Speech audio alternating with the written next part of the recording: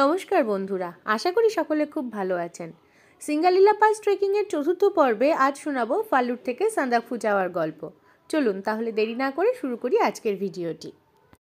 ফালুট থেকে সকাল 8:30 নাগাদ আমরা বেরিয়ে পড়ি সান্দাকফুর উদ্দেশ্যে। প্রায় 21 কিলোমিটার রাস্তা আজ পাড়ি দিতে হবে। সিঙ্গালীলা পাস সফলভাবে ক্রস করার আনন্দ মনে নিয়েই বেশ নতুন উদ্যমে আমরা পথ চলতে শুরু করি। প্রায় 7 কিলোমিটার রাস্তা চলার পর আমরা সবর গ্রামে পৌঁছাই এবং সেখানেই আমাদের ব্রেকফাস্ট সেরে নিই। কিন্তু এর পরেই পড়ে যাই একটা বড় সমস্যায়। হঠাৎ করেই আমার পেটে অসম্ভব ব্যথা শুরু হয় এবং শুরু হয় লুজ মোশন। তখনও প্রায় 14 কিলোমিটার পথ চলা বাকি। আমাকে নিয়ে সকলেই খুব চিন্তায় পড়ে যায়। দলের বাকি সদস্যদের এগিয়ে যেতে বলে আমি আর বিশ্বদীপ কিছুটা সময় সেখানে অপেক্ষা করে বেশ কিছুটা দেরিতেই আবার পথ চলা শুরু করি। এসো, চলে এসো।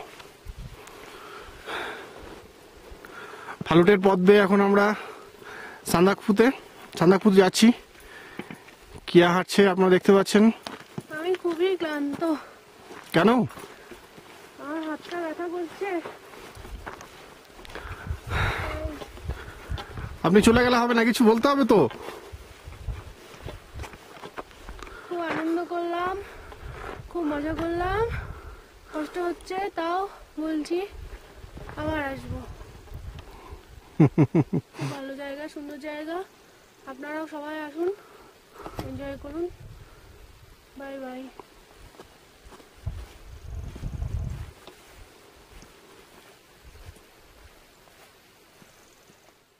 পাহাড়ে ট্রেকিংয়ে গিয়ে একবার ফিজিক্যালি আনফিট হয়ে গেলে মেন্টালি ফিট থাকাটা কিন্তু খুব চাপের হয়ে যায়।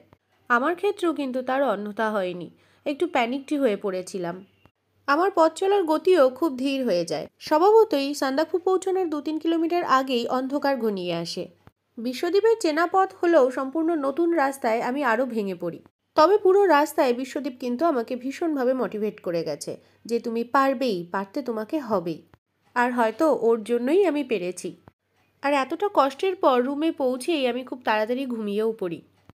তবে এই কষ্টার্জিত সফলতার উপহার স্বরূপ প্রকৃতি দেবী পরদিন সকালে সান্দাকফুর এক অন্য রূপের ডালি আমাদের সামনে তুলে ধরেছিল।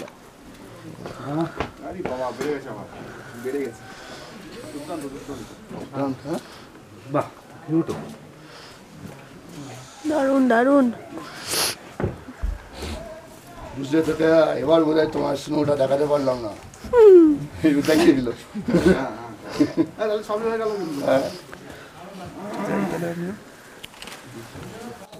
সেই বছরের প্রথম স্নোফল আমরা উপভোগ করেছিলাম।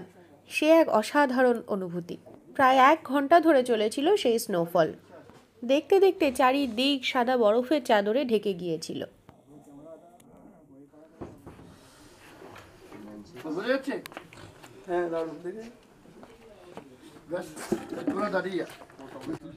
ইতিমধ্যেই বিশ্বদ্বীপের পুরনো ট্রেকিং গাইড নিমাজির সাথে সেখানে হঠাৎ করেই দেখা হয়ে যায়। রিইউনিয়নের আনন্দে মেতে ওঠে তারা সকলেই। যখন চারিদিক সাদা স্নোয়ে ঢেকে যাচ্ছিল তখন যেন সান্দাকফুকে ঠিক ব্ল্যাক অ্যান্ড হোয়াইট মুভির সিনের মতন মনে হচ্ছিল।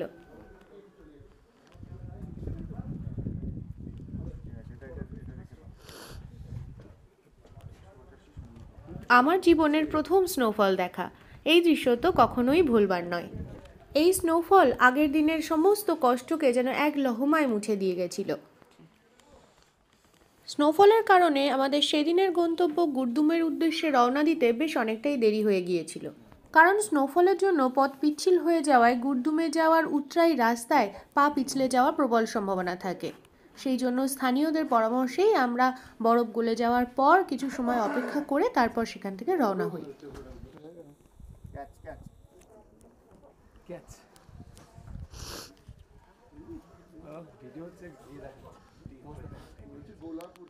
সেই দিন সান্দাকফুতে থাকা প্রতিটি পর্যটকই কিন্তু স্নোফলকে দারুণভাবে উপভোগ করেছিল। এরপর বরফ গলার অপেক্ষা করতে করতেই সামান্য ব্রেকফাস্ট সেরে আমরা রেডি হয়ে নিই পরবর্তী গন্তব্যে যাওয়ার উদ্দেশ্যে। এবং এখান থেকে বের হওয়ার আগে সান্দাকফুকে বলে আসি যে এখানে আমি আবার আসব। আর বন্ধুদের থেকেও আজকের মতন বিদায় নিচ্ছি। আমি আবার আসব আমার পরবর্তী ভিডিও নিয়ে। আমার পরবর্তী ভিডিও আসবে গুরদুম এবং শ্রীখোলার ভিডিও। আজকের এই ভিডিওটি ভালো লাগলে লাইক শেয়ার কিন্তু অবশ্যই করে যাবেন। আর নতুন যারা দেখছেন আমার চ্যানেলটিকে কিন্তু সাবস্ক্রাইব করতে ভুলবেন না। তাহলে আজকের মতন এই পর্যন্তই, দেখা হবে পরের ভিডিওতে। টাটা।